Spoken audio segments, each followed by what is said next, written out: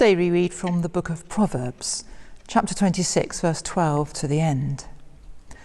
Probably many people know little about the book of Proverbs. It doesn't feature very much in the Sunday lectionary, but we all know what a proverb is, and the book is full of them, as in this passage. They seem unconnected, a collection perhaps of wise sayings, and we think that the purpose of this collection must have been about educating the young. There's a good bit about this in Proverbs. The reader's often addressed as "my child," and the book denounces fools who will not listen or heed good advice.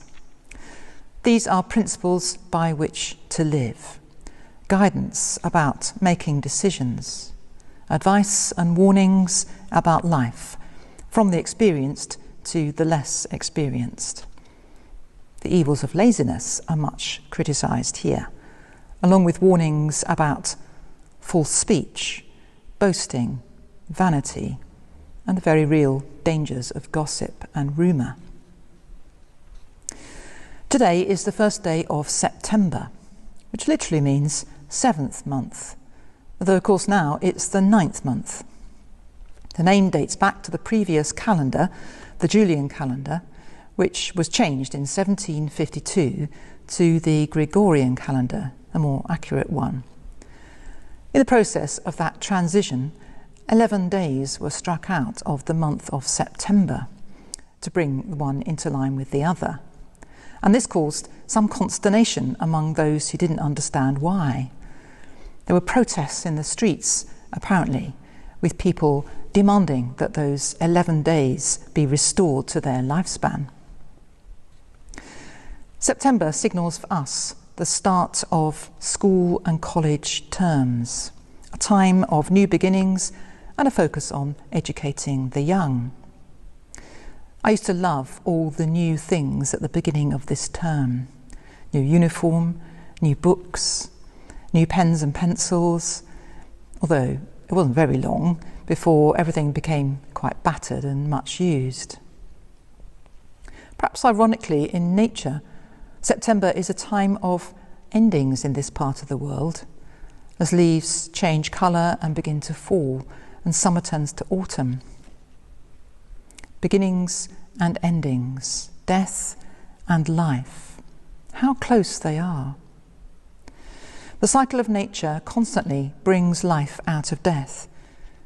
And while I regret the loss of summer and shorter days, and I don't look forward to longer nights, I know that even this will usher in the new fresh growth of next spring and the light of next summer. Our faith takes up this lesson, which is annually reenacted around us, and reminds us of the death and resurrection of Christ, often in one breath. A prayer in the funeral service speaks of Jesus, who died and was buried and rose again for us. To him be glory forever. Pagan religions often celebrated a dying and rising God, personifying the processes of nature. The difference is that our Lord died once in history, and he rose once forever. We celebrate this every year at Easter, and actually every week on Sundays, but it's not a repeated action.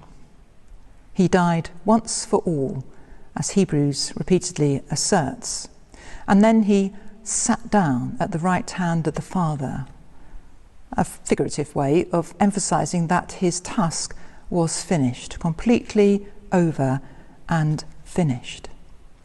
We just need lots of reminders about this, just as we need not to forget that we worship a God who brings life out of death, joy out of sadness, light out of darkness. To God be glory forever.